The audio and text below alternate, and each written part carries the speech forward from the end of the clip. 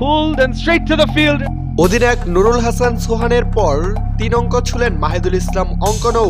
2 ব্যাটারের সেঞ্চুরিতে সফরকারী নিউজিল্যান্ডের যুবাদের বিপক্ষে বড় সংগ্রহ পেয়ে যায় বাংলাদেশ দল। শুরুতে ব্যাট করতে নেমে নির্ধারিত 50 ওভার শেষে 5 উইকেটে 344 রানের বড় সংগ্রহ পায় নুরুল হাসান সোহানের দল। এরপর সে রান নিউজিল্যান্ড করতে নেমে শুরুটা ভালো করলেও মাঝখানে খেই হারায় তারা।